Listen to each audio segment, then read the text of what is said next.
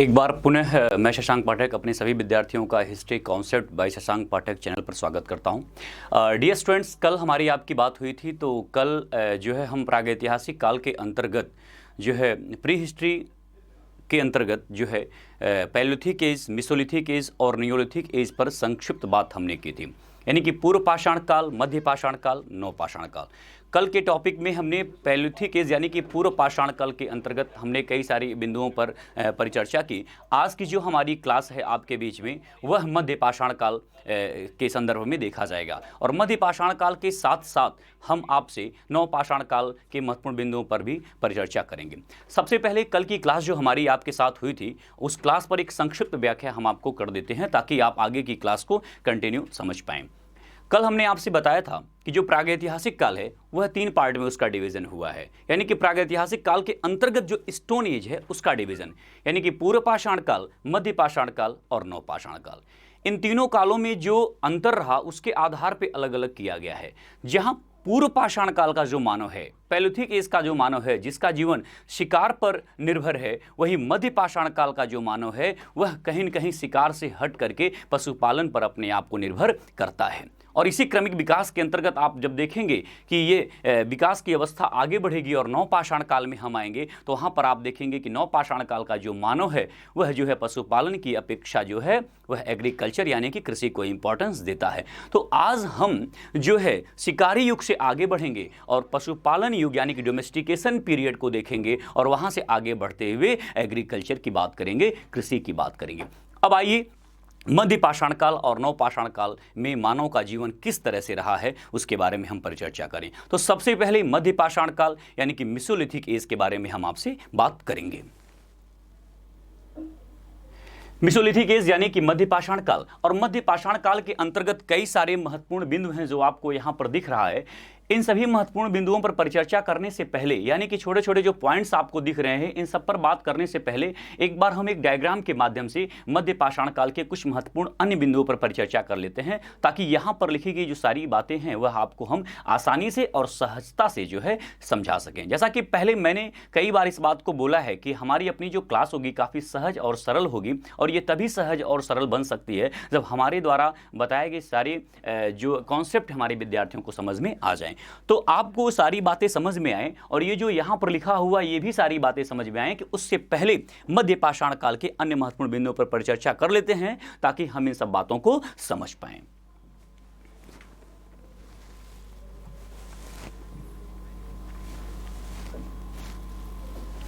आपको हम बता रहे हैं मध्य पाषाण काल। देखिए, मध्य पाषाण काल में मानव के द्वारा जो टूल्स यानी कि जो उपकरण प्रयोग किए गए वह पूर्व पाषाण काल की तुलना में थोड़े अलग प्रकार के थे। इस काल में मानव जो है छोटे छोटे जो है पत्थर के उपकरण का प्रयोग करता है। क्योंकि छोटे छोटे पाषाण खंडों से बने उपकरण का प्रयोग करता है, इसलिए इस काल को इतिहासकारों ने जो है सूक्ष्म पाषाण उपकरण के आधार पर जो है सूक्ष्म पाषाण काल के रूप में भी जाना, यानी कि इसको हम माइक्रोलिथिक कल्चर के रूप में भी जानते हैं। अर्थात इस समय का जो मानव है वह छोटे छोटे पत्थर के उपकरण का औजार बनाने में प्रयोग किया, यानी कि छोटे छोटे औजार जो है मानव ने इसको बनाया। इस काल में जो औजार बनाए गए, जिस पत्थर के बनाए गए, उनमें विशेष करके कार्नेलियन और स्फटिक जैसे पत्थर का प्रयोग किया गया। आपको ध्यान होना चाहिए कि पूर्व पाषाण काल में जो मानव ने स्टोन के औजार बनाए थे वहाँ पर आप देखेंगे कि वहाँ पर एक अलग प्रकार के स्टोन यानी कि क्वार्ट्जाइट जैसे पत्थर के उपकरण बनाए गए, लेकिन मध्य पाषाण काल में जो उपकरण बनाए जा रहे हैं उनमें आप देखेंगे कार्नेलियन जैसे स्टोन के उपकरण बनाए जा रहे हैं। क्योंकि इस काल के जो उपकरण हैं वह बहुत छोटे छोटे हैं, सूक्ष्म हैं, इसीलिए आप देखेंगे कि इसे लघु पाषाण उपकरण या सूक्ष्म पाषाण उपकरण या माइक्रोलिथिक के रूप में भी जाना जाता है। अब इस माइक्रोलिथिक कल्चर, सूक्ष्म पाषाण उपकरण संस्कृति या मध्य पाषाण काल के बारे में हम आपसे परिचर्चा करें। सबसे पहले हम आपको बता दें कि मध्य पाषाण काल में किन किन बातों को हमें विशेष रूप से ध्यान देना है। देखिए, पूर्व पाषाण काल में हमने आपको बताया था कि मानव का जीवन शिकार पर निर्भर था। मानव शिकार करता था, ठीक है, कच्चे मांस को इकट्ठा करता था, भोजन संग्राहक के रूप में जाना जाता था और उसका वही जीवन था। लेकिन मध्य पाषाण काल में जब मानव आता है तो कल की क्लास में आपने देखा होगा कि मध्य पाषाण काल में मानव पशुपालन का कार्य शुरू कर देता है। और जब पशुपालन का कार्य शुरू कर देता है तो जाहिर सी बात है कि पशुपालन के साक्ष्य कहाँ से प्राप्त हो रहे हैं इस पर भी जो है परिचर्चा करना जरूरी है। तो यहाँ पर हम एक डायग्राम बना रहे हैं जिसके माध्यम से हम बात को आपको समझाते हैं।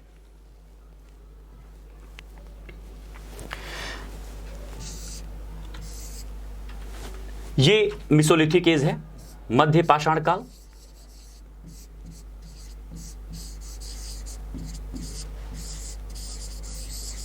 और मध्य पाषाण काल में आप देखेंगे कि जो पहला पॉइंट है, आप यहां पर देखेंगे कि मध्य पाषाण काल का जो मानव होता है वह पशुपालन का कार्य करता है। अच्छा, ध्यान रखिएगा इस बात को, पशुपालन के साथ साथ शिकार का भी काम करेगा, लेकिन फर्स्ट प्रायोरिटी जो है उसका पशुपालन होगा। तो यहां पर हम पशुपालन लिखते हैं।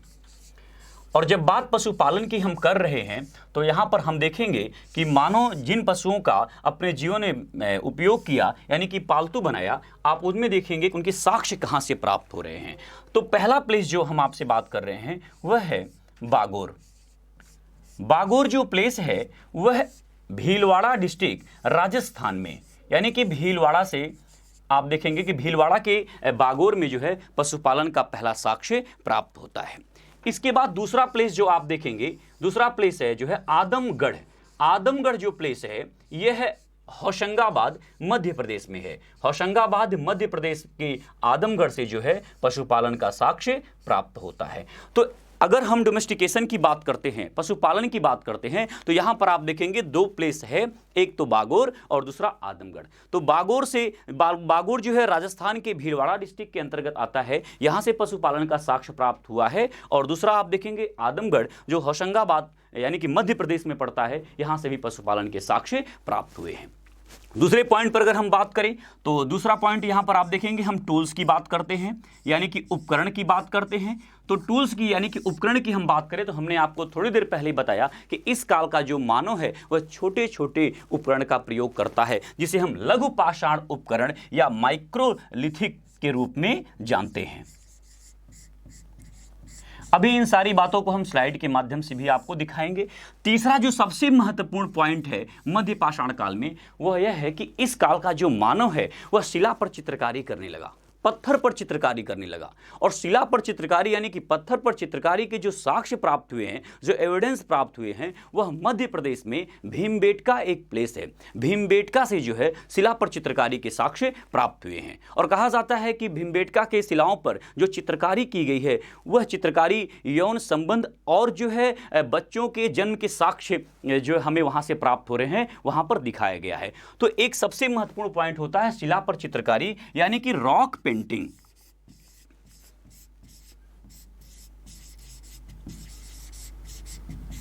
रॉक पेंटिंग, शिला पर चित्रकारी। और शिला पर चित्रकारी के साक्ष्य हमें कहां से प्राप्त हो रहे हैं? भीमबेटका मध्य प्रदेश। तो भीमबेटका मध्य प्रदेश से जो है हमें शिला पर चित्रकारी के साक्ष्य प्राप्त हो रहे हैं। और दूसरा मैंने आपसे बताया कि यहाँ पर जो चित्रकारी की गई है वह चित्रकारी बच्चे के जन्म को दिखाया गया है और दूसरा यौन संबंध के प्रमाण भी यहाँ से प्राप्त हो रहे हैं। देखिए मध्य पाषाण काल में आप देखेंगे ये 3 पॉइंट्स ऐसे हैं जहाँ से public service commission, provincial civil service और वनडे एग्जाम्स की महत्वपूर्ण परीक्षाओं में जो है यहाँ से प्रश्न पूछे जाते हैं। तो ये जो 2-3 महत्वपूर्ण पॉइंट है इसको आपको जरूर ध्यान में रखना है, क्योंकि यही मध्य पाषाण काल की पहचान है कि मानव ने सबसे पहले पशुपालन का कार्य किया। इस काल में मानव के द्वारा प्रयोग किए गए जो टूल्स हैं, यह जो पैलियोलिथिक एज के टूल्स हैं लगभग उसी तरह से हैं, लेकिन ये छोटे छोटे बनने शुरू हो गए थे। और तीसरा महत्वपूर्ण पॉइंट आप देखेंगे कि शिला पर चित्रकारी के साक्ष्य प्राप्त हुए हैं। पब्लिक सर्विस कमीशन में यहां से कई बार क्वेश्चंस आया हुआ है। अब यहां पर हम कुछ महत्वपूर्ण बिंदुओं को आगे देखेंगे।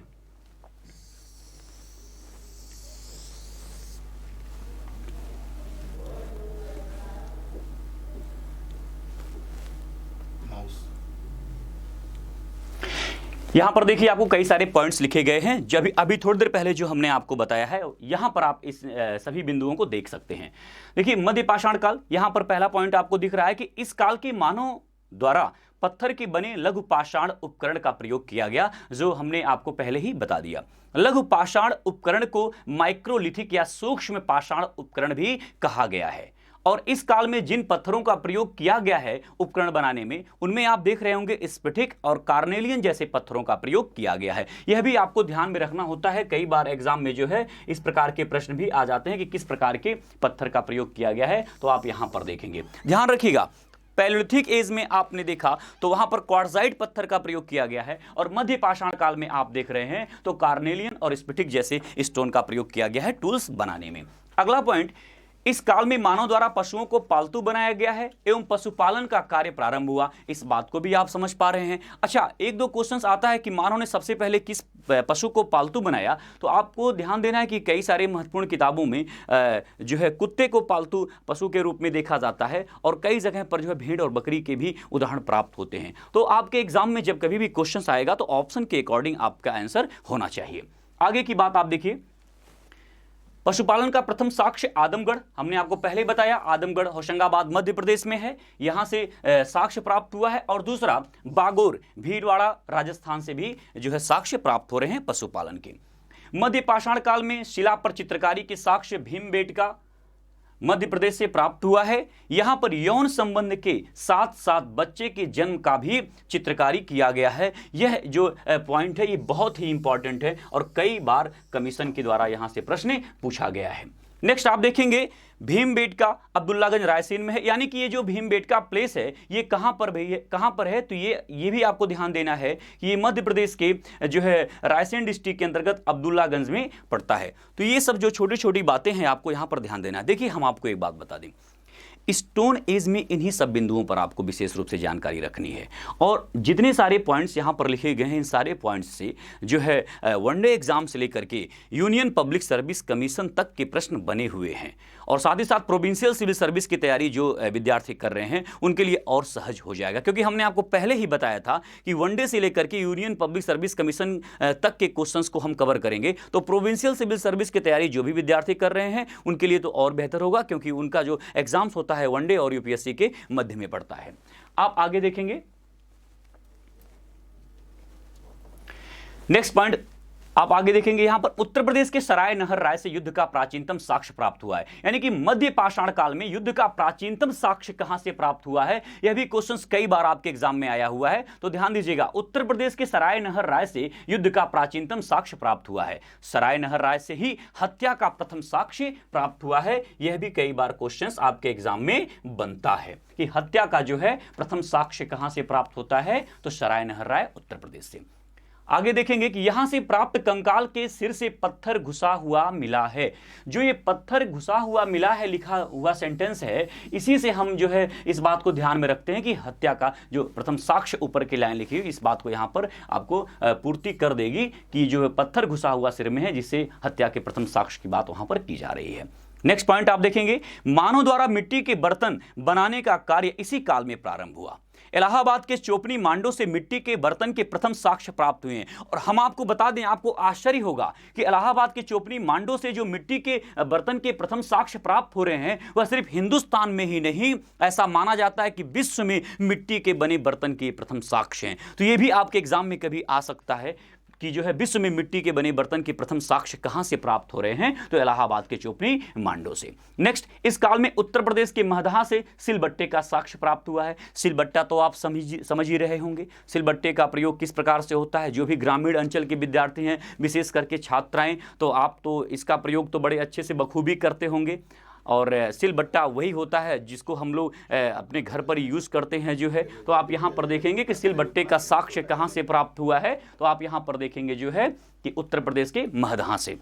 नेक्स्ट आप देखेंगे, चोपड़ी मांडो से झोपड़ी के साक्ष्य प्राप्त हुए हैं जो मधुमक्खी के छत्ते जैसा है। देखिए, हम आपको बता दें, वैसे तो सामान्यतः ऐसा मिलता है कि मानव के द्वारा स्थायी रूप से जो निवास शुरू हुआ बनाना वह नवपाषाण काल में हुआ, लेकिन नवपाषाण काल से पहले ही मध्य पाषाण काल में भी जो है मानव अपने लिए आवास बनाना शुरू कर दिया था। चूंकि उसके पर्याप्त साक्ष्य नहीं प्राप्त हुए हैं, इसलिए वहां पर हम उस बात का डिस्कस नहीं करते, लेकिन कुछ न कुछ एविडेंस प्राप्त होते रहते हैं। जैसा कि आप यहां पर देख रहे हैं कि जो है चोपड़ी मांडो से झोपड़ी के साक्ष्य प्राप्त हुए हैं जो मधुमक्खी के छत्ते जैसा है। नेक्स्ट पॉइंट आप देखेंगे, इस काल में जहां सराय नहर राय से शवाधान के साक्ष्य प्राप्त हुए हैं, वहीं महदहा से स्त्री और पुरुष को एक साथ दफनाने का साक्ष्य मिला है। तो कई बार आपसे जो है परीक्षा में प्रश्न आता है कि जो है स्त्री और पुरुष को एक साथ दफनाने का साक्ष्य कहां से प्राप्त हुआ है, तो महदहा से प्राप्त हुआ है। आइए आगे के बिंदुओं पर हम चर्चा कर लेते हैं।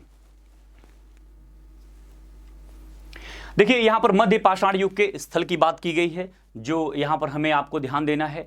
बात अगर हम करें मध्य प्रदेश की, तो मध्य प्रदेश में आदमगढ़, जो आप यहां पर देख पा रहे होंगे, आदमगढ़ और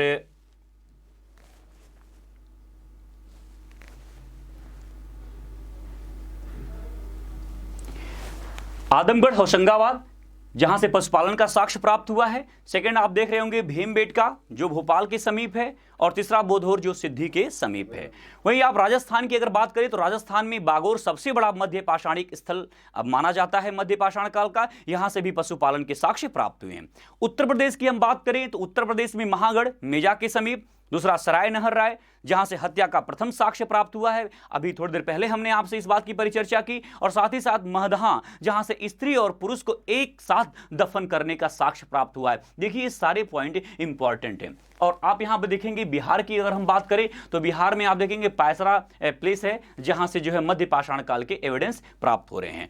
एक बात और हम आपको बता दें, देखिए ये मध्य पाषाण काल के उपकरण हैं, पूर्व पाषाण काल के उपकरण के सेम ठीक उसी तरह से दिख रहे हैं, लेकिन यहां पर जो अंतर आपको दिख रहा होगा वह यह है कि पूर्व पाषाण काल में जहां बड़े आकार के पत्थर जो है औजार के रूप में दिखे हैं, वहां पर आप यहां देखेंगे कि यहां जो औजार बनाया गया है वह छोटे छोटे औजार दिख रहे हैं पत्थर के। और इन्हीं छोटे छोटे औजार को ही जो है आप देखेंगे माइक्रोलिथिक टूल्स कहा जाता है, जहां पर मैं पॉइंट कर रहा हूं। तो ये मुख्य डिफरेंस था मध्य पाषाण काल और उससे पहले पूर्व पाषाण काल के टूल्स में। साथ ही आप यहां पर देख सकते हैं कि मध्य पाषाणकालीन मानव का जीवन कैसा है, क्योंकि हमने आपको बताया था कि मध्य पाषाण काल का जो मानव है वह पशुपालन का कार्य करता है, लेकिन साथ ही साथ शिकार को भी वह जो है करता है। तो यहां पर देखिए आप पशुपालन और शिकार जैसे दृश्यों को आप यहां पर देख सकते हैं, और इस चित्र के माध्यम से भी आप जो है मध्य पाषाण काल के महत्वपूर्ण बिंदुओं को ध्यान में रख सकते हैं। नेक्स्ट आप देखेंगे अन्य महत्वपूर्ण बिंदु मध्य पाषाण काल के बारे में। सर्वप्रथम जानकारी आप देखेंगे तो यहां पर सीएल कार्लाइल द्वारा 1857 में दिया गया। इसके बाद आप देखेंगे मध्य पाषाण काल में कृष्ण लोहित मृद भांड, काले एवं लाल रंग के मिट्टी के बर्तन का प्रयोग किया गया है। देखिए एक बात हम आपको और बता दें, मध्य पाषाण काल से अन्य महत्वपूर्ण बिंदुओं पर भी और भी परिचर्चा करेंगे। जैसे यहां पर हमने आपको बताया कि मिट्टी के बर्तन की बात की गई है, तो मिट्टी के बर्तन यानी कि मृद भांड, जो मिट्टी के बने बर्तन होते हैं, इस पर एक अलग स्पेशल क्लास होगा, जहां पर हम आपको बताएंगे कि पाषाण काल से लेकर के वर्तमान समय तक जो मिट्टी के बर्तन बनाए जा रहे हैं उनमें किस प्रकार का अंतर था। तो मिट्टी के बने बर्तन, जिसको मृद भांड परंपरा के रूप में भी जाना जाता है, इस पर हमारी एक अलग स्पेशल क्लास होगी। तो मध्य पाषाण काल को आपने अभी बारीकी से देखा और कई सारे महत्वपूर्ण बिंदुओं पर हमने परिचर्चा की। अब हम बात करेंगे नवपाषाण काल की। नवपाषाण काल की हम बात करें कि इससे पहले जिस तरह से मध्य पाषाण काल में हमने आपको डायग्राम के माध्यम से कुछ महत्वपूर्ण बिंदुओं पर बात की, आइए सबसे पहले उसी प्रकार से नवपाषाण काल के बारे में भी हम डायग्राम के माध्यम से बात कर लें। उसके बाद इस स्लाइड में जो भी पॉइंट्स यहां पर पॉइंट आउट किए गए हैं उस पर हम परिचर्चा कर लेते हैं।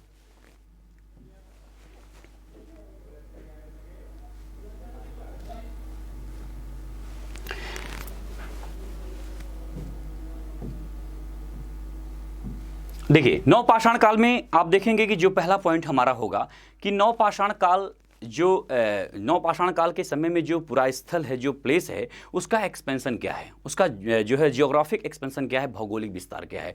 यानी कि नॉर्थ से लेकर के साउथ और ईस्ट से लेकर के वेस्ट, यानी कि इस पूरे एरिया के अंतर्गत आप देखेंगे कि ईस्ट वेस्ट नॉर्थ साउथ ये जो दिशाएं हैं, इन दिशाओं के किन किन जगहों के मध्य जो है नवपाषाण कालीन जीवन मानव का व्यतीत हुआ। तो आइए सबसे पहले हम उस बात को करते हैं। पहला पॉइंट हमने आपको बताया कि नवपाषाण काल के मानव का भौगोलिक विस्तार।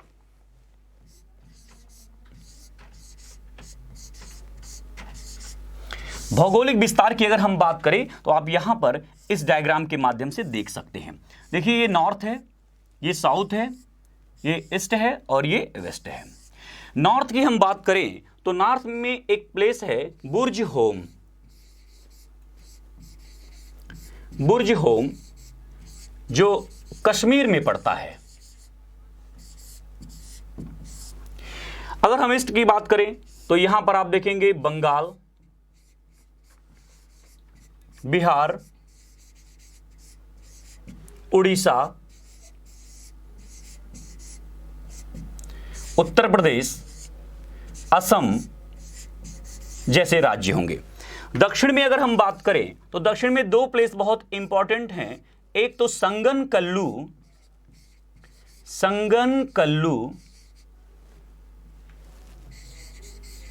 और दूसरा पीकलीहल।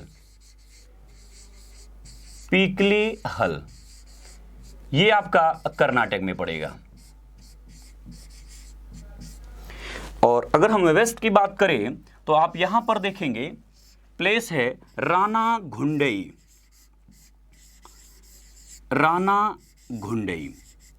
प्लस मेहरगढ़। ये जो प्लेस हैं इसके बारे में हम आपको बता दें। देखिए, नवपाषाण काल का जो जियोग्राफिक एक्सपेंशन है, भौगोलिक विस्तार है, इसको आप पहले यहां पर देख लें। नॉर्थ में बुर्जहोम यानी कि बुर्जहोम से लेकर के संगनकल्लू पिकलीहल, यानी कि नॉर्थ साउथ में आप देखेंगे तो उत्तर में बुर्जहोम से लेकर के दक्षिण में संगनकल्लू पिकलीहल, और पूर्व में बंगाल, बिहार, उड़ीसा, उत्तर प्रदेश, असम से लेकर के पश्चिम में रानाघुंडई और मेहरगढ़ तक जो है नियोलिथिक एज नवपाषाण काल का विस्तार था। रानाघुंडई, मेहरगढ़ ये बलूचिस्तान के पाकिस्तान में पड़ता है। आइए अब यहां पर इन सभी प्लेस के बारे में थोड़ी सी बात कर लेते हैं। बुर्जहोम वह स्थान है जहां से मानव के गर्तावास के साक्ष्य प्राप्त हुए हैं।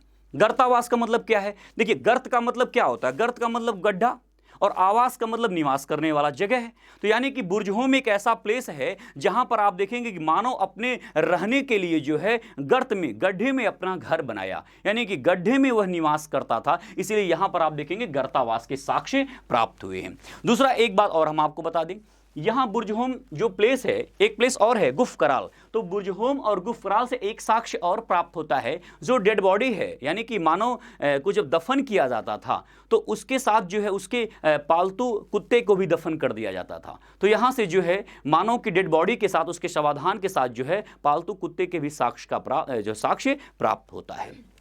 आइए हम बात करते हैं अब बंगाल, बिहार, उड़ीसा, उत्तर प्रदेश, असम में। तो यहां पर जो सबसे इंपॉर्टेंट पॉइंट है बिहार में एक प्लेस है चिरांद। ठीक है, चिरांद के बारे में आप शायद जानते हो। तो चिरांद क्या है? चिरांद से जो है बोन्स के टूल्स, बोन्स के उपकरण प्राप्त हुए हैं, हड्डी के पर्याप्त मात्रा में उपकरण प्राप्त हुए हैं। और हड्डी के जो उपकरण प्राप्त हुए हैं वह हिरण के सींग हैं। तो हिरण के सींग के उपकरण बहुत बड़ी मात्रा में प्राप्त हुए हैं। अब हम बात करते हैं संगनकल्लू और पिकलीहल की। देखिए, संगनकल्लू और पिकलीहल ये दक्षिण के कर्नाटक के आसपास के क्षेत्रों में देखेंगे आप। यहां पर संगनकल्लू और पिकलीहल से क्या प्राप्त हुआ है हम आपको बता दें। संगनकल्लू और पिकलीहल से एस माउंड, राख का टीला प्राप्त हुआ है। और कई बार यह जो है क्वेश्चंस एग्जाम में आया हुआ है कि राख के टीले का साक्ष्य कहां से प्राप्त हुआ है। तो राख के टीले का जो साक्ष्य प्राप्त हुआ है वह संगनकल्लू और पिकलीहल से प्राप्त हुआ है। इसके बाद आप देखेंगे रानाघुंडई और मेहरगढ़। तो मेहरगढ़ के बारे में अभी हम आगे आपको डिटेल बताएंगे कि यह वही प्लेस है जहां मानव जीवन के स्थायी बस्ती का साक्ष्य प्राप्त हुआ है, जहां से मानव जीवन में जो है कृषि के प्रारंभ की प्रक्रिया शुरू की गई है। हालांकि कृषि का प्रारंभ कब हुआ, कहां से हुआ, इस बात को लेकर के इतिहासकारों में पर्याप्त मतभेद है। फिर भी इस बात की परिचर्चा अभी हम आगे करते हैं। ये तो भौगोलिक विस्तार की बात हमने आपसे कर ली। दूसरा, चूंकि नवपाषाण काल हम पढ़ रहे हैं तो आपको हमने पहले ही बताया था कि नवपाषाण काल की जो सबसे प्रमुख विशेषता है वह विशेषता यह है कि मानव इस काल में जो है एग्रीकल्चर यानी कि कृषि प्रारंभ कर चुका था। अब जब मानव इस काल में कृषि कार्य प्रारंभ कर चुका था तो जाहिर सी बात है कि कृषि के साक्ष्य कहां से प्राप्त होते हैं और किन किन फसलों के साक्ष्य प्राप्त होते हैं उस पर भी हम आपसे परिचर्चा कर लें। देखिए, इस बात को आपको समझिए। डायग्राम में जो भी सारी बातें हम आपको बता रहे हैं, दरअसल यह वह क्वेश्चन है जो एग्जाम में मोस्ट इंपॉर्टेंट और मोस्ट फेवरेट होता है जो है कमीशन का। और यहां से निश्चित रूप से आपकी परीक्षा में प्रश्न आते हैं। आप एक बार इस टॉपिक को गंभीरता से देख लें, समझ लें। इसके बाद जब आप previous year question paper solve करेंगे तो निश्चित रूप से आप विश्वास करिए कि आप बेहतर कर पाएंगे। तो चूंकि अभी हम नवपाषाण काल के भौगोलिक विस्तार की बात कर रहे थे, अब हम नवपाषाण काल यानी कि नियोलिथिक एज के एग्रीकल्चर की बात करेंगे, क्योंकि नियोलिथिक एज जो है वह एग्रीकल्चर एज के रूप में भी जाना जाता है। तो आइए हम एग्रीकल्चर की बात करते हैं। अगर हम एग्रीकल्चर की बात करते हैं तो सबसे पहले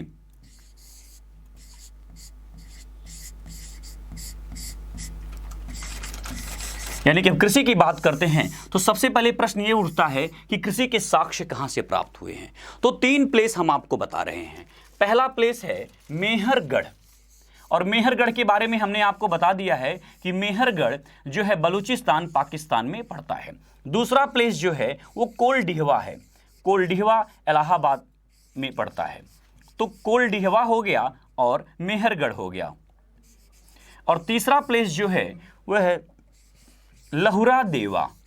लहुरा देवा जो है वह संत कबीर नगर डिस्ट्रिक्ट में पड़ता है। आगे इन सारे प्लेस के बारे में डिटेल व्याख्या की गई है, आप ध्यान दीजिएगा। यहां पर मेहरगढ़, कोलडिहवा और लहुरा देवा यह नवपाषाण काल के ऐसे पुरा स्थल हैं जहां से जो है एग्रीकल्चर कृषि के साक्ष्य प्राप्त होते हैं। मैं फिर कह रहा हूं कि आप इस पॉइंट को थोड़ा सा विशेष रूप से ध्यान देंगे। देखिए मेहरगढ़ से क्या होता है, यहां से गेहूं प्लस जौ यानी कि व्हीट एंड बार्ली, गेहूं और जौ के साक्ष्य प्राप्त हुए हैं। और कब प्राप्त हुए हैं, तकरीबन 7500 BC यानी कि 7500 ईसा पूर्व। तो यानी कि 7500 ईसा पूर्व में यहां से गेहूं और जौ के साक्ष्य प्राप्त होते हैं। कोलडिहवा के बारे में अगर हम बात करें तो यहां से चावल के ऊपर जो भूसी होती है ना, आप देखेंगे जो राइस होता है उसके ऊपर जो कबर होता है, जो भूसी होता है, उसके साक्ष्य प्राप्त हुए हैं। और इसका टाइम पीरियड बताया जाता है 6500 BC। आप इन सभी डेट को ध्यान देंगे। आगे की क्लास में AC और BC क्या होता है इस पर हम जरूर परिचर्चा करेंगे। अभी आपको यहाँ पर यही ध्यान देना है कि BC का मतलब होता है बिफोर क्राइस्ट, ईसा के जन्म के पहले की घटना, और AC का मतलब होता है आफ्टर क्राइस्ट। चूंकि एंशिएंट हिस्ट्री में अभी हम BC की बात कर रहे हैं, यहाँ पर हम AC की बात नहीं कर रहे। AC यानी कि ईस्वी और BC यानी कि ईसा पूर्व। तो क्योंकि सारी बातें ये जो हो रही हैं ये BC में हो रही हैं, ईसा पूर्व में हो रही हैं। तीसरा आप देखेंगे लहुरा देवा, यहां से चावल के साक्ष्य प्राप्त हुए हैं और इसका जो टाइम आपको बताया जाता है तकरीबन 8000 ईसा पूर्व। तो जरा इसको आप बड़ी गंभीरता से देखिएगा, बड़ा कॉन्सेप्चुअल है, मैं आपको फिर बता रहा हूं। आपको यहां पर दिख रहा होगा मेहरगढ़, कोलडिहवा और लहुरा देवा। मेहरगढ़ से गेहूं और जौ के साक्ष्य प्राप्त हो रहे हैं 7500 ईसा पूर्व में। कोलडिहवा से चावल के ऊपर जो कबर होता है भूसी, उसके साक्ष्य प्राप्त हो रहे हैं 6500 ईसा पूर्व में। और लहुरा देवा से चावल के साक्ष्य प्राप्त हो रहे हैं 8000 ईसा पूर्व में। दरअसल पहले एग्जाम में जब क्वेश्चन आता था तो प्रश्न इस प्रकार से आता था कि सबसे पहले कृषि का प्राचीनतम साक्ष्य कहां से प्राप्त हुआ, और आप देखेंगे कि ऑप्शन में जो आंसर सही होता था अमूमन वह मेहरगढ़ होता था। क्योंकि उस समय लहुरा देवा जैसे प्लेस की स्थल के बारे में किसी भी प्रकार की जानकारी नहीं थी। लेकिन अगर वर्तमान समय में कभी आपके एग्जाम में क्वेश्चंस आए और उस प्रश्न में आपको यह दिया जाए कि लहुरा देवा भी ऑप्शन दिया हुआ है, तो आप निश्चित रूप से इस बात को समझ सकते हैं कि मेहरगढ़ से पहले लहुरा देवा से जो है एग्रीकल्चर के साक्ष्य प्राप्त हो रहे हैं, क्योंकि चावल भी उसी जो है कृषि के अंतर्गत आएगा। तो अगर अब प्रश्न बनता है कि कृषि का प्राचीनतम साक्ष्य कहां से प्राप्त हो रहा है, तो सही आंसर आपका होगा लहुरा देवा से प्राप्त हो रहा है, जो संत कबीर नगर डिस्ट्रिक्ट उत्तर प्रदेश में पड़ता है। लेकिन फिर ध्यान रहे आपको, अगर आपके ऑप्शन में लहुरा देवा नहीं दिया हुआ है तब आपका सही आंसर जो है मेहरगढ़ माना जाएगा, और अगर लहुरा देवा दिया हुआ है तो आपका सही आंसर जो है आप देखेंगे लहुरा देवा होगा। दूसरी सबसे बड़ी बात है, कई बार कमीशन मेहरगढ़ से भी इस प्रकार से प्रश्न पूछता है कि सबसे पहले गेहूं और जौ के साक्ष्य कहां से प्राप्त हो रहे हैं। तो गेहूं और जौ के साक्ष्य की अगर बात की जाए तो आपका आंसर सीधे क्लियर है कि गेहूं और जौ के साक्ष्य सबसे पहले जो है मेहरगढ़ से प्राप्त हो रहे हैं। फिर पूछ लिया जाए कि चावल के साक्ष्य कहां से प्राप्त हो रहे हैं, तो आप देखेंगे लहुरा देवा से चावल के साक्ष्य प्राप्त हो रहे हैं। तो इस तरह से एक प्रश्न आपका बड़ा क्लियर होता है कि एग्रीकल्चर का पहला साक्ष्य कहां से प्राप्त हो रहा है, और अगर आपके ऑप्शन में लहुरा देवा दिया हुआ है तो आपका आंसर यही होगा। हालांकि आप previous year question paper solve करेंगे तो वहां पर मेहरगढ़ आपको मिलेगा, लेकिन ध्यान दीजिएगा वहां पर ऑप्शन लहुरा देवा नहीं होगा, और अगर अब लहुरा देवा आता है तो निश्चित रूप से सही आंसर आपका लहुरा देवा होगा। लेकिन एक बड़ी मजेदार बात, आप इस बात को बड़े अच्छे से जानते हैं, जब मानव ने कृषि कार्य करना प्रारंभ किया एग्रीकल्चर का कार्य प्रारंभ हुआ, तभी मानव का जीवन स्थायी हुआ। अब प्रश्न ये बनता है कि जब मानव का जीवन स्थायी हुआ तो मानव स्थायी रूप से निवास बनाया होगा, स्थायी बस्ती उसकी बनी होगी, परमानेंट आवास मानव बनाया होगा, धीरे धीरे गांव बने होंगे। अब आप देखेंगे जो गांव बनता है, यानी कि जब कृषि होता है तो मानव का जीवन स्थायी होता है। जब मानव का जीवन स्थायी होता है तो गांव बनता है। अब प्रश्न ये बनता है कि सबसे पहले मानव जीवन के स्थायी होने का साक्ष्य कहाँ से प्राप्त होता है। तो आप यहाँ पर देखेंगे, अगर एग्रीकल्चर की बात करें तो आप यहाँ पर सोचेंगे कि लहुरा देवा में सबसे पहले एग्रीकल्चर का कार्य हो रहा है, तो यहाँ पर मानव जीवन के स्थायी रूप से निवास के साक्ष्य प्राप्त होंगे। लेकिन यहाँ पर अभी आपको एक बात और ध्यान देना है, अभी लहुरा देवा से मानव जीवन के स्थायी बस्ती के साक्ष्य नहीं प्राप्त होते हैं। स्थायी रूप से मानव के निवास के जो साक्ष्य प्राप्त हो रहे हैं वह मेहरगढ़ से प्राप्त हो रहा है। तो इस बात को बड़े अच्छे से आपको ध्यान देना है, स्थायी रूप से मानव बस्ती के जो साक्ष्य प्राप्त हुए हैं वह मेहरगढ़ से प्राप्त हो रहा है, लेकिन एग्रीकल्चर का जो पहला साक्ष्य प्राप्त हो रहा है वह आप देखेंगे लहुरा देवा से। एक बात और हम आपको ध्यान बता देते हैं, एंशियंट हिस्ट्री का जब हम लोग अध्ययन करते हैं तो एंशियंट हिस्ट्री के अंतर्गत जो हिंदुस्तान की हम बात करते हैं, आप वहाँ पर देखेंगे कि पाकिस्तान, बांग्लादेश, हिंदुस्तान, ये सारे मिलाकर के जो है हिंदुस्तान के रूप में देखा जाता है। ठीक है, क्योंकि पहले तो हिंदुस्तान के सारे पार्ट हुआ करते थे। तो यहाँ पर आप इस बात को देखेंगे। ठीक, अब शायद आप हमारी बात को समझ गए होंगे कि आपके परीक्षा में जो क्वेश्चंस बनेंगे वो किस प्रकार के बनेंगे और कैसे आप इसको जो है हैंडल करेंगे। आइए अब हम जो है अपने स्लाइड के माध्यम से अन्य बातों पर ध्यान देते हैं।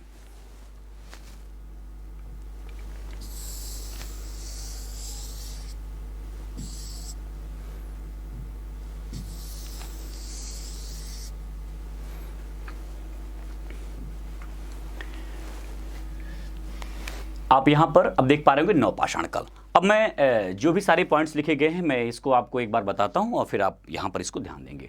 पहला पॉइंट है, नवपाषाण शब्द का सर्वप्रथम प्रयोग सर जॉन लुबाक द्वारा 1865 में प्रकाशित पुस्तक प्री हिस्टोरिक टाइम्स में किया गया।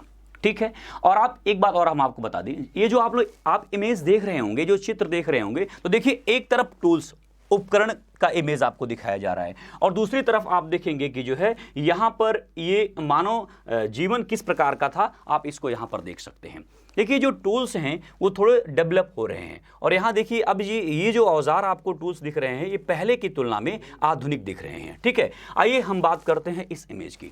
हमने आपको नवपाषाण काल के बारे में बताया था ना कि नवपाषाण काल में मानव जो है फर्स्ट प्रायोरिटी किसको देता है, एग्रीकल्चर को, सेकेंड प्रायोरिटी किसको देता है, डोमेस्टिकेशन पशुपालन को, और थर्ड स्तर पर किसको रखता है, शिकार को। तो इस इमेज में आप देखेंगे ये सारी बातें आपको क्लियर हो रही होंगी। देखिए यहाँ पर फर्स्ट प्रायोरिटी के रूप में एग्रीकल्चर यानी कि मानव कृषि कार्य करना प्रारंभ कर दिया था, जो कि हमने आपको इस इमेज के माध्यम से दिखाया। आप दूसरा देखेंगे पशुपालन की अगर हम बात करें तो यहां पर आप देखिए पशुपालन देखा जा रहा है। ठीक है, और आप देखेंगे शिकार की बात है तो यहां पर भी आप देखेंगे कि शिकार का दृश्य तो यहां पर ठीक से नहीं दिखाया गया है, लेकिन आप इस बात को देखेंगे कि चूंकि थर्ड प्रायोरिटी है शिकार, इसलिए यहां पर सिर्फ फर्स्ट और सेकंड प्रायोरिटी को जो है विशेष इंपॉर्टेंस दिया गया है।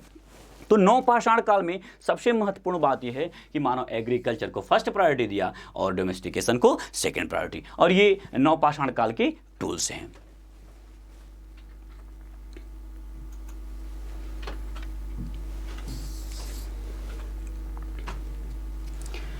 आगे की बात, नवपाषाण युग के स्थल की अगर हम बात करें तो देखिए यहां पर आपको दिखाया गया है कि उत्तर पश्चिम भारत में बलूचिस्तान और ऊपरी सिंधु। बलूचिस्तान में आप देख रहे होंगे मेहरगढ़, किली गुल मोहम्मद, राना गुंडई आदि।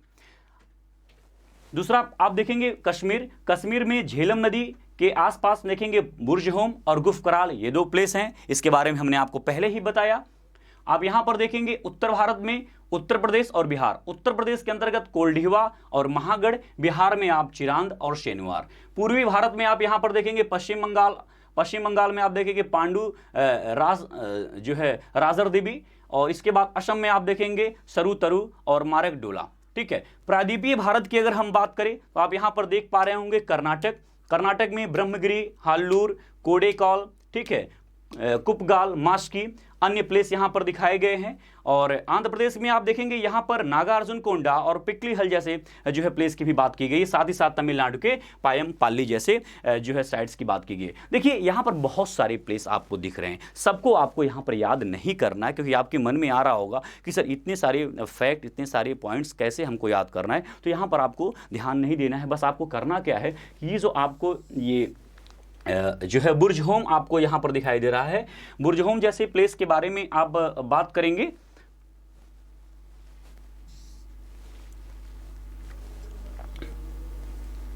एक मिनट,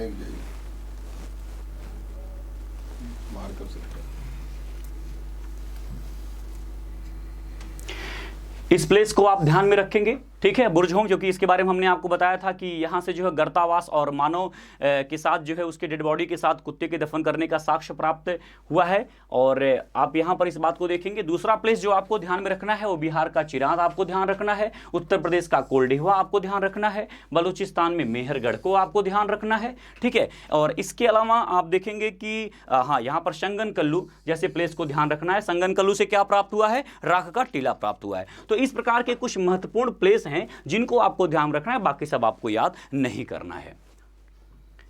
अब हम यहां पर देखेंगे नवपाषाण काल के प्रमुख स्थल। वही बात जो हमने थोड़ी देर पहले आपसे चर्चा की है, वो सारी बातें आपको यहां पर स्लाइड में दिख रहा होगा। मेहरगढ़, बलूचिस्तान, पाकिस्तान, ठीक है। आप देखेंगे मेहरगढ़, बलूचिस्तान, पाकिस्तान। यहां देखिए पॉइंट आउट किया गया कि यहां से कृषि का प्राचीनतम साक्ष्य प्राप्त हुआ है। यहां से गेहूं और जौ की खेती के साक्ष्य प्राप्त हुए हैं। और इसके बारे में हमने आपको बताया था कि गेहूं और जौ के जो साक्ष्य प्राप्त हो रहे हैं वो तकरीबन 7500 BC यानी कि 7500 ईसा पूर्व में प्राप्त हुए हैं। सेकंड, इसके अलावा यहां से कच्ची ईंटों के आयताकार मकान के भी साक्ष्य प्राप्त हुए हैं। थर्ड, जिसे स्थायी जीवन का प्रमाण मिलता है। हमने आपको बताया था ना कि नवपाषाण काल में स्थायी जीवन, स्थायी आवास, स्थायी बस्ती के साक्ष्य कहां से प्राप्त हो रहे हैं? तो आप देखेंगे जो है मेहरगढ़ से प्राप्त हो रहे हैं। Second place, Burzahom, Kashmir. यहां कब्रों में मालिकों के शवों के साथ पालतू कुत्ते को भी दफनाए जाने का साक्ष्य प्राप्त हुआ है। इस बात को हम पहले भी आपको बताए हैं, ठीक। अगला प्लेस, कोल्डिहवा, इलाहाबाद, उत्तर प्रदेश। यहां से जो है 6500 ईसा पूर्व में धान की खेती का प्रमाण मिला है, जो धान की खेती का विश्व में सबसे पुराना साक्ष्य माना जाता है। हालांकि नवीनतम खोज के अनुसार उत्तर प्रदेश के संत कबीर नगर जिले के लहुरा देवा नामक स्थल से लगभग 8000 ईसा पूर्व के आसपास चावल के साक्ष्य प्राप्त हुए हैं। तो इस कॉन्सेप्ट को पहले भी हम आपसे डिस्कस कर चुके हैं और शायद आपको सहजता ही हो रही होगी, कठिनाई नहीं महसूस हो रहा होगा इस पॉइंट को समझने में। नेक्स्ट आप देखिए चिरांद, बिहार। यहां से प्रचुर मात्रा में हड्डी के उपकरण मिले हैं जो हिरणों के सींग से निर्मित हैं। इस पॉइंट को भी हमने डिस्कस कर दिया।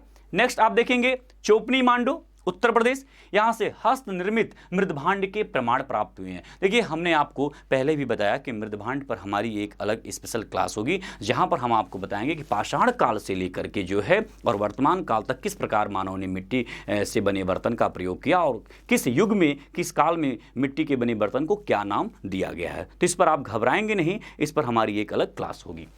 आप देखेंगे संगन कल्लू और पिकलीहल कर्नाटक में पड़ता है। यहां से राख के टीले का साक्ष्य प्राप्त हुआ है। इस बात को भी हमने आपको बताया था, काफी इंपॉर्टेंट पॉइंट है, कमीशन बार बार यहां से क्वेश्चन पुटअप करता है। अन्य महत्वपूर्ण बिंदु की बात हम कर लें।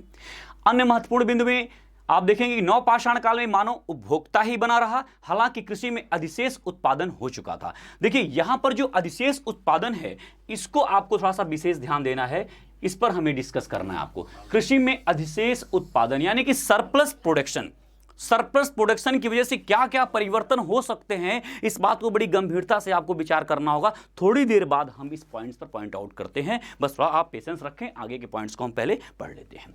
यहां देखेंगे सेकंड, इस काल में मानव कपास की खेती करने लगा था, हालांकि वस्त्र के साक्ष्य पर्याप्त मात्रा में नहीं मिले हैं, फिर भी उतनूर से कपास निर्मित वस्त्र के साक्ष्य प्राप्त हुए हैं। हालांकि हम आपको बता दें कपास की खेती मानव बड़े पैमाने पर इंडस वैली सिविलाइजेशन के अंतर्गत करता है, फिर भी कपास के साक्ष्य कहीं न कहीं आप देखेंगे नवपाषाण काल में प्राप्त होने लगते हैं। सेकंड पॉइंट आप देखेंगे नेक्स्ट, इस काल में मानव चाक से निर्मित मिट्टी के बर्तन बनाना प्रारंभ कर दिया था। यानी कि पहले जो मानव था वो हाथ से बर्तन बनाता था, अब वो जो है चाक से जो है निर्मित मिट्टी के बर्तन बनाना प्रारंभ कर दिया। अगर आप कभी गांव में टहलते हुए निकले होंगे तो आप देखे होंगे कि कुम्हार के वहां चाक होता है, जिस पर जो है आप देखेंगे कि वहां से मिट्टी के बर्तन को जो है बनाने की कला को आप बड़े अच्छे से देख सकते हैं। नेक्स्ट पॉइंट देखेंगे, इस काल में टेक्कल कोट से सोने की बाली के साक्ष्य प्राप्त हुए हैं। तो कई बार यह भी प्रश्न आता है कि सोने की बाली के साक्ष्य कब प्राप्त होते हैं, तो नवपाषाण काल में टेक्कल कोट जैसे स्थान से सोने की बाली के साक्ष्य प्राप्त होते हैं। नेक्स्ट पॉइंट में आप देखेंगे कि नवपाषाण काल के लोग गोलाकार एवं आयताकार घरों में रहते थे। यह भी कई बार क्वेश्चन आपके एग्जाम में आया हुआ है। कि जो मानव रहता था वह किस प्रकार के घरों में रहता था, तो गोलाकार एवं आयताकार घरों में। और कहा जाता है कि गोलाकार घरों में जो है वो संभ्रांत लोग रहते थे। ठीक है, नेक्स्ट आप देखेंगे कि पहिए का आविष्कार नवपाषाण काल में हुआ। इस तरह के प्रश्न तो कमीशन ने कई बार पूछा है, बट अब आने वाले समय में इस प्रकार के प्रश्न नहीं बनेंगे। पाषाण काल से संबंधित अन्य महत्वपूर्ण बिंदु पर भी हम आपसे परिचर्चा कर लेते हैं। आप यहां देखेंगे कि कई बार क्वेश्चंस आता है कि भारतीय पुरातत्व सर्वेक्षण जो है वह किस मंत्रालय के अधीन है, तो ध्यान रखिए भारतीय पुरातत्व सर्वेक्षण संस्कृत मंत्रालय के अधीन एक विभाग है। सेकंड, भारतीय पुरातत्व का जनक किसे कहा जाता है, तो भारतीय पुरातत्व का जनक जो है अलेक्जेंडर कनिंघम को माना जाता है। नेक्स्ट पॉइंट, राष्ट्रीय मानव संग्रहालय, जिसे इस समय इंदिरा गांधी राष्ट्रीय मानव संग्रहालय के नाम से जाना जाता है, कहां स्थित है, तो भोपाल यानी कि मध्य प्रदेश भोपाल में। Next point, Robert Bruce foot को एक भूगर्भ वैज्ञानिक एवं पुरातत्वविद के रूप में भी जाना जाता है। इस क्वेश्चन को भी कमीशन ने आपसे Uttar Pradesh public service commission के द्वारा इस प्रश्न को भी पूछा गया है और यूपीएससी के द्वारा भी इस प्रकार के प्रश्न पूछे जा रहे हैं। नेक्स्ट आप देखेंगे पाषाण, कांस्य और लौह युग का त्रियुगीय विभाजन 1820 ईस्वी में क्रिश्चियन जर्गेनसन थॉमसन ने किया था। तो कई बार ये क्वेश्चन आता है कि पाषाण काल, कांस्य काल और लौह युग का त्रियुगीय विभाजन किसके द्वारा किया गया, तो क्रिश्चियन जर्गेनसन थॉमसन के द्वारा किया गया। नेक्स्ट पॉइंट, मध्य पाषाण काल में हड्डी से निर्मित उपकरण एवं आभूषण महदहा उत्तर प्रदेश प्रतापगढ़ से पर्याप्त मात्रा में प्राप्त हुआ है। यह भी कई बार पूछा जाता है कि मिसोलिथिक एज में मध्य पाषाण काल में हड्डी से निर्मित उपकरण एवं आभूषण कहां से प्राप्त हुए हैं, तो महदहा उत्तर प्रदेश प्रतापगढ़ से प्राप्त हुए हैं। Uttar Pradesh public service commission की तैयारी करने वाले जो भी विद्यार्थी हैं जिनका एग्जाम अब जल्द ही होने वाला है, तो आप लोगों के लिए ये सब सारे पॉइंट्स बहुत ही इंपॉर्टेंट होंगे, इसको आपको बहुत अच्छे से ध्यान देना होगा। नेक्स्ट देखिए, महदहा के एक ही कब्र से 3 मानव कंकाल एक साथ दफनाए हुए मिले हैं। इस प्रश्न को कई बार कमीशन ने पूछा है कि जो है कहां से जो है 3 मानव कंकाल एक साथ दफनाए हुए प्राप्त हुए हैं, तो महदहा से ही प्राप्त होते हैं। नेक्स्ट आप देखेंगे, भारत में मानव कंकाल के सर्वप्रथम साक्ष्य कहां से प्राप्त होते हैं, तो नर्मदा घाटी से। देखिए मानव कंकाल के जो है यहां देखिए दफन और वहां देखिए मानव कंकाल के, हालांकि थोड़ा सा इसमें जो है एक बात और मेंशन होना चाहिए था कि मानव कंकाल के सर्वाधिक साक्ष्य कहां से प्राप्त हुए हैं, तो भारत में मानव कंकाल के सर्वाधिक साक्ष्य जो आप देखेंगे नर्मदा घाटी से प्राप्त हुआ है। नेक्स्ट, मेहरगढ़ से पाषाण काल से लेकर के हड़प्पा संस्कृति तक के अवशेष प्राप्त हुए हैं। देखिए हम आपको बता दें, मेहरगढ़ एक ऐसा जो है पाषाणिक पूरा स्थल है जो पाषाण काल में भी बना रहा और इंडस वैली सिविलाइजेशन के समय में भी बना रहा। तो कई बार प्रश्न आता है कि वह कौन सा प्लेस है जो पाषाण काल में भी जिसका अस्तित्व रहा और जो है इंडस वैली सिविलाइजेशन के समय में भी रहा, तो मेहरगढ़ ही वह प्लेस अधिक इंपॉर्टेंस रखता है। आगे की बात देख लेते हैं। ठीक, इसके बाद देखिए आज जो हम मध्य पाषाण काल और नव पाषाण काल के बारे में आपसे परिचर्चा किए हैं, उसके बारे में इतने ही पॉइंट्स महत्वपूर्ण थे, लेकिन हमने थोड़ी देर पहले आपको बताया है कि एक ऐसा शब्द रहा जहां पर हमने अंडरलाइन किया था अधिशेष उत्पादन। शायद आप सभी विद्यार्थियों को जो है याद होगा, अधिशेष उत्पादन की हमने बात की थी, जो एक बार फिर से हम आपको जो है बता देते हैं। देखिए यहां पर कृषि में अधिशेष उत्पादन, देखिए बहुत बड़ा परिवर्तन है। आइए इस कॉन्सेप्ट को सबसे पहले हम जानते हैं और उसके बाद फिर हम आगे की बात करते हैं। डियर स्टूडेंट्स, एक बार फिर से आप बड़ी गंभीरता से ध्यान दीजिएगा। जिस कॉन्सेप्ट को हम आपको बताने वाले हैं वह स्टोन एज और इंडस वैली सिविलाइजेशन के मध्य एक बहुत बड़ा जो है कॉन्सेप्ट है। देखिए इस बात को अच्छे से आपको समझना है, जब जब सरप्लस फूड प्रोडक्शन होगा, जब जब अधिशेष उत्पादन होगा, तब तब रूरल सिविलाइजेशन अर्बन सिविलाइजेशन में कन्वर्ट हो जाती है। जब जब सरप्लस फूड प्रोडक्शन होगा, तब तब ग्रामीण सभ्यता शहरी सभ्यता को जन्म देगी, यानी कि तब तब ग्रामीण सभ्यता शहरी सभ्यता में कन्वर्ट हो जाएगी। और इस बात को अभी हम आपको बता रहे हैं। देखिए आपको याद होगा पाषाण काल में सबसे पहला चरण हमने क्या देखा था, पूर्व पाषाण काल, और पूर्व पाषाण काल में आपने देखा कि मानव शिकार करता है। इसके बाद हम आगे की बात करते हैं मध्य पाषाण काल। मध्य पाषाण काल में मानव पशुपालन और शिकार करता है, हालांकि कहीं न कहीं कृषि के साक्ष्य भी प्राप्त होते हैं, लेकिन अभी वो प्रमाणिक नहीं हो पा रहे हैं। लेकिन नव पाषाण काल में जो मानव होता है वह एग्रीकल्चर को जो है बड़े पैमाने पर करना प्रारंभ कर देता है। अब हम आपको एक बात बताएं, नव पाषाण काल में जब मानव एग्रीकल्चर का कार्य कर रहा था अपने इनिशियल स्टेज में, अपने शुरुआती दौर में, तो यहाँ पर आप देखेंगे वह जो है ये स्टोन के बने उपकरण से जो है वह प्रयोग करता है। ठीक है, स्टोन का जो बना उपकरण है उससे वह जो है कृषि कार्य करता है। तो जब स्टोन के बने उपकरण से मानव कृषि कार्य करेगा तो प्रोडक्शन जो होगा वह उतना अधिक नहीं होगा। और उसी नवपाषाण काल में मानव के द्वारा सबसे पहले मेटल का प्रयोग कर दिया गया।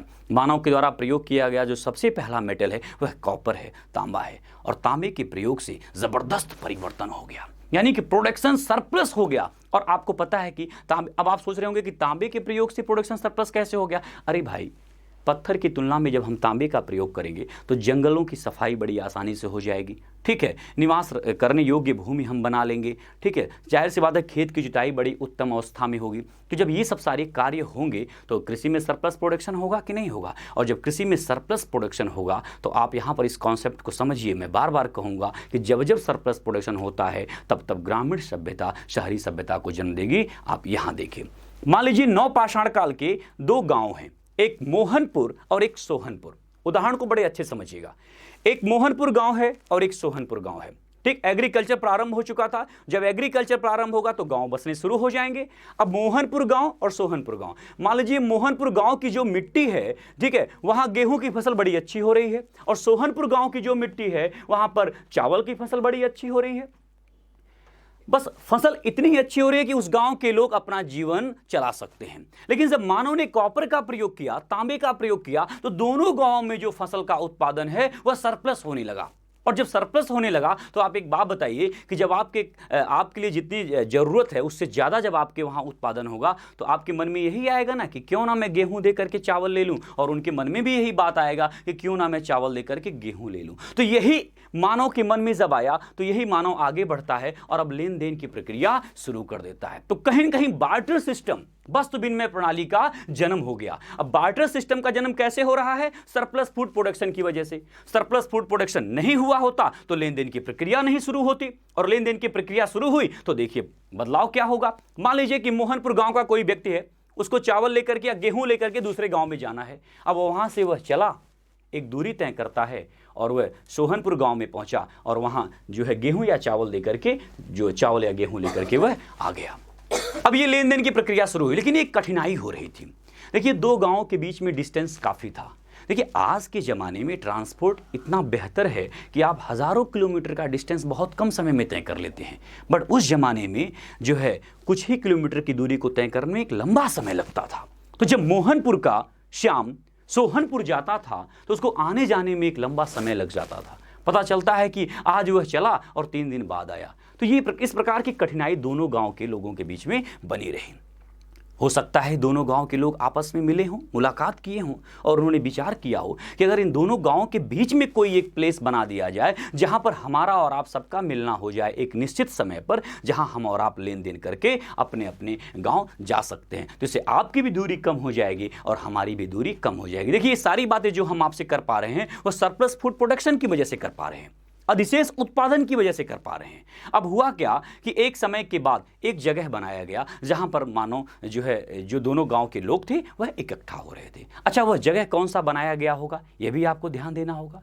उस जमाने में नदी मार्ग से आना दोनों लोगों के लिए ज़्यादा आसान था, दोनों गांव के लोगों के लिए ज़्यादा आसान था। तो मानव ने क्या किया, नदी के बगल में ही एक प्लेस बनाया और आप देखेंगे कि वहाँ से ही जो है वह कुछ और मिनट का टाइम हम आपसे लेंगे, आप थोड़ा सा इस कॉन्सेप्ट को कंप्लीट कर लें ताकि बेहतर होगा समझने के लिए। तो अब आप देखेंगे कि यहाँ पर जो है इस जगह पर नदी मार्ग से मानव आता था और दूसरे गांव का भी मानव इसी जगह पर आता था और लेन देन करके लोग चले जाते थे। धीरे धीरे यह जगह बाजार बनता चला गया और बाजार बनते बनते यह जगह चूँकि सुविधाजनक होता गया, कई प्रकार की मार्केट बनने शुरू हो गए, ठीक है, लोग निवास करने लगे। तो एक तरफ गाँव और दूसरा तरफ यह जगह जो बाजार का रूप धारण कर लिया और यही बाजार धीरे धीरे कस्बा और कस्बा से एक बड़े शहर के रूप में आपको देखने को मिलेगा। यानी कि नवपाषाण काल में आप देखेंगे कि शहर बनना धीरे धीरे प्रारंभ हुआ। नवपाषाण काल क्या, नवपाषाण काल के अंतिम चरण में जब हम लोग जो है लेन देन प्रारंभ किए तो बाजार बना और बाजार से शहर बनना प्रारंभ किया और यही शहर आगे चलकर एक इतिहास में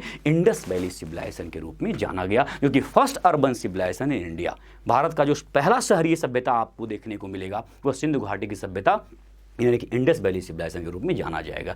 तो शायद आप इस कॉन्सेप्ट को बड़े अच्छे तरीके से समझ गए होंगे कि जब जब सरप्लस फूड प्रोडक्शन होता है तब तब रूरल सिविलाइजेशन अर्बन सिविलाइजेशन को जन्म दे देती है, यानी कि ग्रामीण सभ्यता शहरी सभ्यता की तरफ आगे बढ़ जाती है। अब आप यहाँ पर देखेंगे मोहनपुर और सोहनपुर दोनों गाँव, उनका अपना एक अलग जीवन था और बीच में जो बाजार बना यह शहर बन गया। इस तरह से आप देखेंगे कि इंडस वैली सिविलाइजेशन एक अर्बन सिविलाइजेशन के रूप में आएगा और उसके पैरेलल गाँव जैसी सभ्यता भी चलती रहेगी। तो आगे की क्लास में हम आपसे जो है इंडस वैली सिविलाइजेशन के बारे में डिस्कस करें कि उससे पहले एक अन्य टॉपिक के बारे में हम बात कर लें। कल जब हम आपके साथ लाइव थे, क्लास ले रहे थे, तो वहाँ पर हम सभी प्रकार के टूल्स का वर्णन तो किए, लेकिन एक महत्वपूर्ण टूल्स जो उस समय याद नहीं आया मैं आपसे बता दे रहा हूँ। जैसे मानो सबसे पहले स्टोन पत्थर के बने उपकरण का प्रयोग किया, उसके बाद मानो जो है कॉपर, क्योंकि जो कॉपर पहला प्रयोग कर रहा है मेटल के रूप में, कॉपर के बने उपकरण का प्रयोग किया था। और आगे चल करके कॉपर और टीन मिला करके जब ब्रोंज बनाया गया, कांस बनाया गया, तब आगे चल करके मानो कांस के उपकरण का प्रयोग करेगा।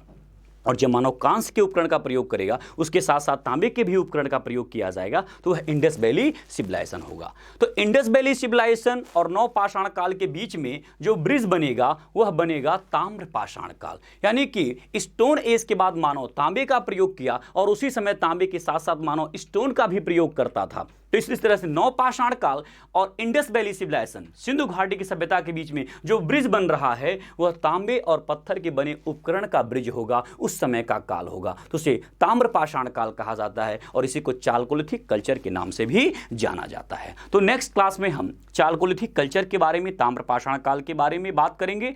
और कई सारी बातों को करने से पहले एक इन्फॉर्मेशन हम आपको दे दें, जैसा कि हमारी टीम और जो है आपके एग्ज़ाम को ध्यान में रखते हुए कार्य कर रही है, तो हमारी टीम ने डिसाइड किया है कि जिस किसी भी टॉपिक को हम कंप्लीट करते हैं, उस टॉपिक को कंप्लीट करने के बाद उस टॉपिक से अब तक जितने भी प्रश्न आपके एग्जाम में आए हुए हैं, पब्लिक सर्विस कमीशन से लेकर के वनडे एग्जाम तक की बात कर रहे हैं, सब पर हम लोग जो है डिस्कस करेंगे। तो कल जो हमारी क्लास होगी, कल भी हमारी क्लास होगी संडे को, लेकिन टाइमिंग थोड़ा सा चेंज हो रहा है, जिसके बारे में अभी हम आपको बता दें। कल की जो हमारी क्लास होगी उस क्लास में प्रीवियस ईयर क्वेश्चन पेपर पर मैं आपसे डिस्कस करूंगा और जितने भी क्वेश्चंस आए हुए हैं उन सारे प्रश्न को जो है हम आपसे जो है आपके बीच में चर्चा करेंगे। नेक्स्ट हम आपको टाइम के बारे में बता दें, कल से जो हमारी क्लासेस होंगी वो अब जो है 9 बजे से लेकर के 10 बजे तक होगी। आगे चल करके हम इस टाइम को बढ़ा सकते हैं, यानी कि कल 9 PM से लेकर के 10 PM तक हमारे ये क्लासेस होंगी। अगर समय को लगा कि आगे बढ़ाया जाना चाहिए तो बिल्कुल बढ़ाया जाएगा। और एक और सूचना, मंडे यानी कि सोमवार से जो आपकी क्लास होगी इस चैनल पर 9 बजे से 10 बजे तक, वह क्लास साइंस, जनरल साइंस के बायोलॉजी सेक्शन से प्रारंभ होगा। और हमने आपको पहले भी बताया, आपके कमेंट्स थोड़ी देर में हम पढ़ रहे हैं, आप मेरी बात पहले सुन लें। और दूसरी हमने बात ये बताया कि जो जनरल साइंस की क्लास होगी वो बायोलॉजी से प्रारंभ होगी, जिसके लिए कल हमने एक प्रख्यात शिक्षाविद श्री सुधीर त्रिपाठी सर से आपकी मुलाकात कराई। और श्री सुधीर त्रिपाठी सर का जो क्लास होगा वो मंडे, ट्यूसडे, वेडनेसडे होगा और उसके बाद फिर थर्सडे, फ्राइडे, सैटरडे हमारी क्लास होगी। और संडे को मेरे द्वारा कवर किए गए टॉपिक और बायोलॉजी यानी कि त्रिपाठी सर के द्वारा कवर किए गए टॉपिक पर हम लोग जो है डिस्कस करेंगे। तो आपके जो है बेहतर भविष्य के लिए हमारी टीम पूरी प्रयास कर रही है। एक और बात मैं आपसे करता हूं, क्योंकि क्लास के टाइम में मैं आपके कमेंट्स को नहीं देख पाता, तो मैं क्षमा चाहता हूं। जल्द ही जो है हम इस पर भी गंभीरता से विचार करते रहेंगे, बाद में हम आपके कमेंट्स देख लेते हैं और उस पर जो है हम कार्य करते रहते हैं। तो आज की क्लास में आप जो है मुझे इजाज़त दें, बहुत बहुत धन्यवाद, थैंक यू। और कुछ एक जो है यहाँ पर कमेंट्स आए हुए हैं। अच्छा, आप में से कई सारे स्टूडेंट्स कुछ क्वेश्चंस पूछना चाह रहे हैं, तो मैं चाह रहा था कि अगर आज आप यहाँ पर इस बात को समझें, कल जब हमारी क्लास आपसे होगी, डिस्कस क्लास होगी, जब जिस क्वेश्चन पेपर की हम बात करेंगे, तो वहाँ पर इस सेशन के अंतर्गत हम आपसे प्रीवियस ईयर क्वेश्चन पेपर और आपके द्वारा पूछे गए सारे प्रश्नों का जवाब कल हम आपको जो है देंगे। बट ध्यान रखिएगा, कल हमारी और आपकी मुलाकात 9 PM से जो है आगे कंटिन्यू हम करेंगे जब तक क्वेश्चन पेपर को सॉल्व नहीं कर लेते। तो आप अपने दोस्तों को भी इन्फॉर्म कर देंगे, क्योंकि हमारे क्लास का शेड्यूल पहले 9:30 से था, लेकिन अब चेंज हो गया है, क्योंकि अधिकांश विद्यार्थियों का ये लगातार सुझाव रहा है, तो हमने उसको स्वीकार किया और 9 PM से हमारी क्लास कंटिन्यू होगी। मंडे से बायोलॉजी की क्लास होगी त्रिपाठी सर के द्वारा, वहाँ पर आप उस बात को ध्यान रखेंगे। तो कल 9 PM हम आपसे मुलाकात करते हैं क्वेश्चन एंड सेशन प्रोग्राम के तहत। तब तक आप जो है इजाज़त दें, बहुत बहुत धन्यवाद, थैंक यू।